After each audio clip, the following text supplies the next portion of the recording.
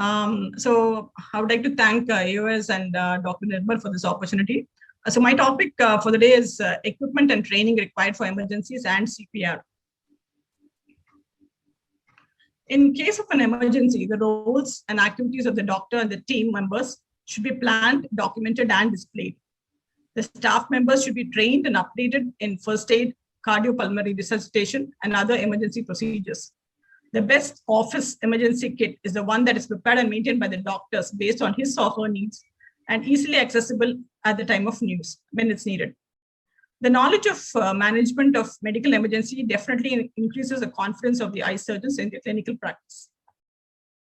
So how do we go about this? First, create an infrastructure for provision of emergency care to your patients in terms of equipment and trained manpower. Gather information about the latest guidelines. Your slide is not moving. I am in that how to go about it slide. Can you see that? No. So it's not moving. Now? No. Now? You stop sharing and then reshare. Okay.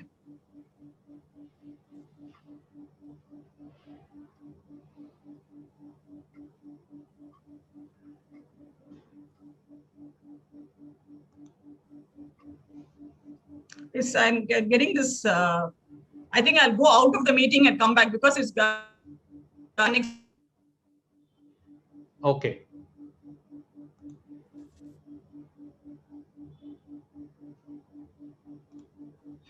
Yeah, can you see it now? Now? Is it seen? Not yet. This one?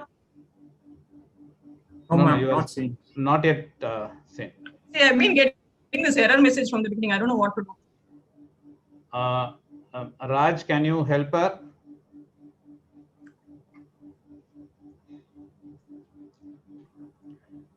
Can you see now? No, we are able to see you, but not the slides.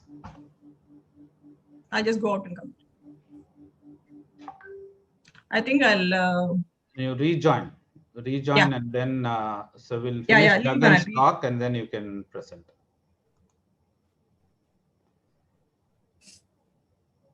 Yeah, till she rejoins.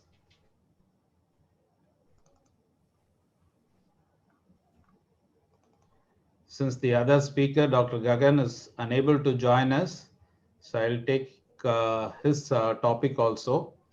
Dr. Gagan's talk is about NABH standards on emergency care. Are you talking now, Nirmal? Yeah. You're going to do it now? Okay, fine.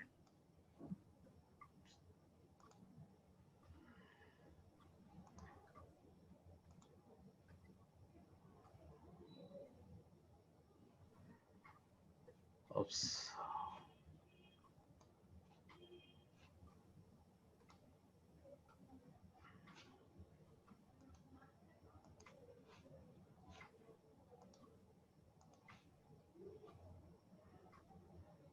Are you ready with your slides? Are you able to share? If you... Yeah, I'll try.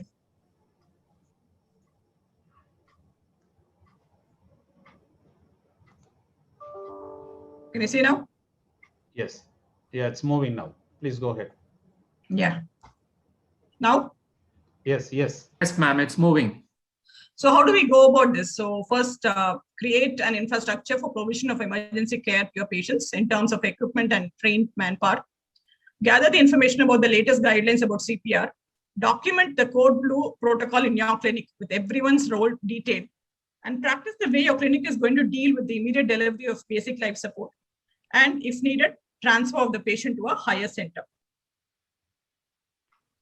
So CPR is cardiopulmonary resuscitation, which should be performed immediately on any person who's been found to become unconscious and found to have no pulse.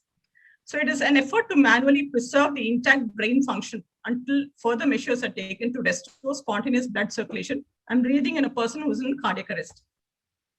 So I will just go through the key BLS components in adults. So in an unresponsive patient with no breathing or no normal breathing and with no pulse palpated within 10 seconds, start the CPR sequence of CAB, that is chest compressions, airway, and breathing. The compression rate is minimum, should be at least 100 per minute, and the compression depth of at least 2 inches with a complete chest wall recoil. The airway is cleared by the head tilt and chin lift. The compression and ventilation ratio is 30:2, that is 30 compressions to 2 breaths. Finally, defibrillation, once the AED is available, defibrillation can be done. And if done, there should be the interruptions between the chest compression should be minimal. So defibrillation is indicated in only certain types of cardiac arrhythmias, like ventricular fibrillation and pulseless ventricular tachycardia. If the heart is completely stopped as an asystole or pulseless electrical activity, defibrillation is not indicated. So this is how the AED, the automated external defibrillator, looks like. And this is when it's put into, you just stick up the pads there. And the AED automatically reads and analyzes the rhythm and then prompts if shocking is needed. So if it says that it's needed, then it can be activated. This is the manual defibrillator, which we are all very familiar with in our theaters. So this uses paddles, and here we have to analyze the rhythm and decide whether the patient can be shocked or not. So the masks used in CPR, this is the commonly used pocket mask or CPR mask.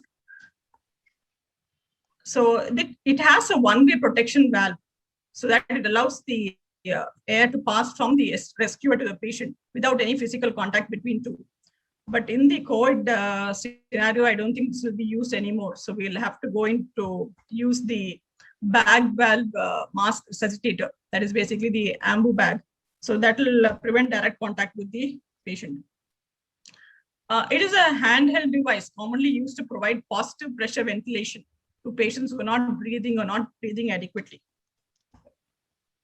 So coming to the oxygen delivery system.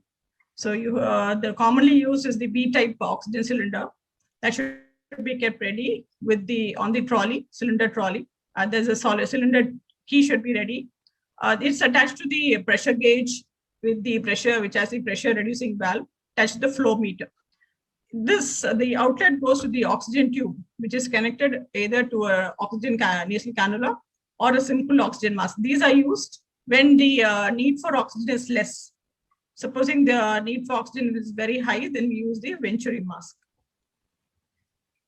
Coming to the crash cart, which is basically a multi-drawer wheeled cabinet with all the essential medications and tools that are required in the emergency situations.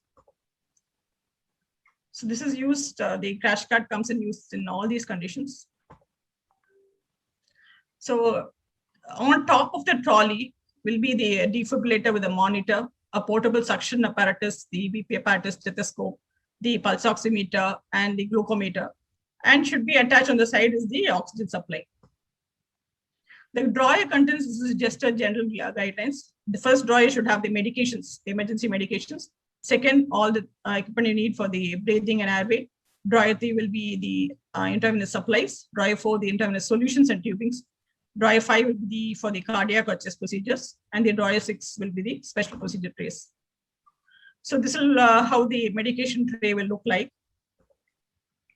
So you should make a list of medications that will be needed for you. This is the general guideline. This covers all the conditions that we commonly encounter in our OP and hospital scenario. So this an idea of what all we should put into our crash cart. This is the pediatric resuscitation kit.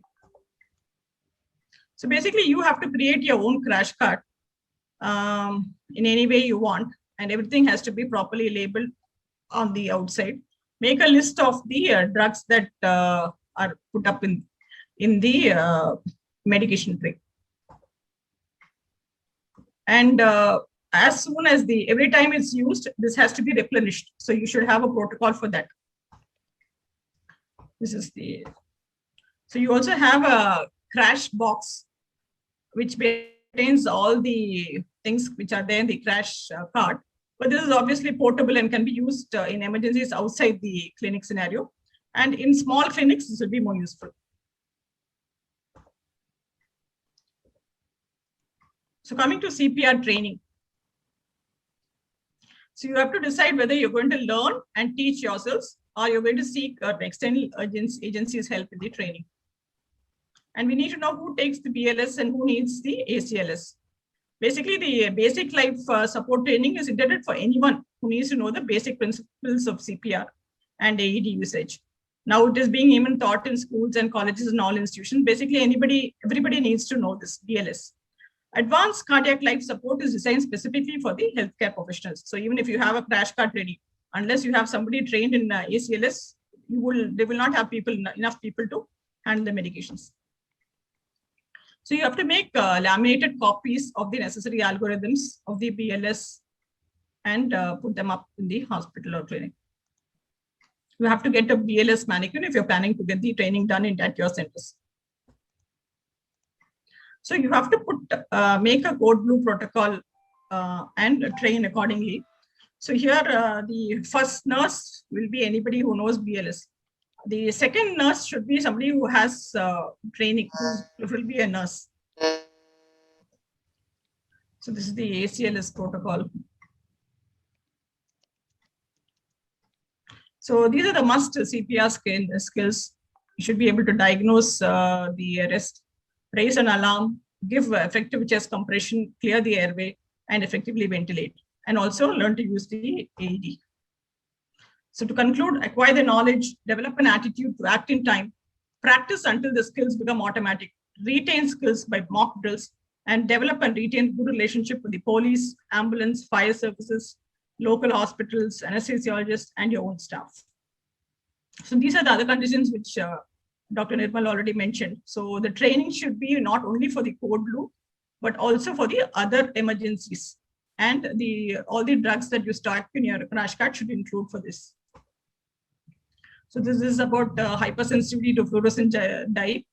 So depending on what kind of symptoms you're coming across, we just stock those medicines and treat accordingly. So when you prepare for an emergency, the emergency ceases to exist and you have a very satisfactory outcome. Thank you.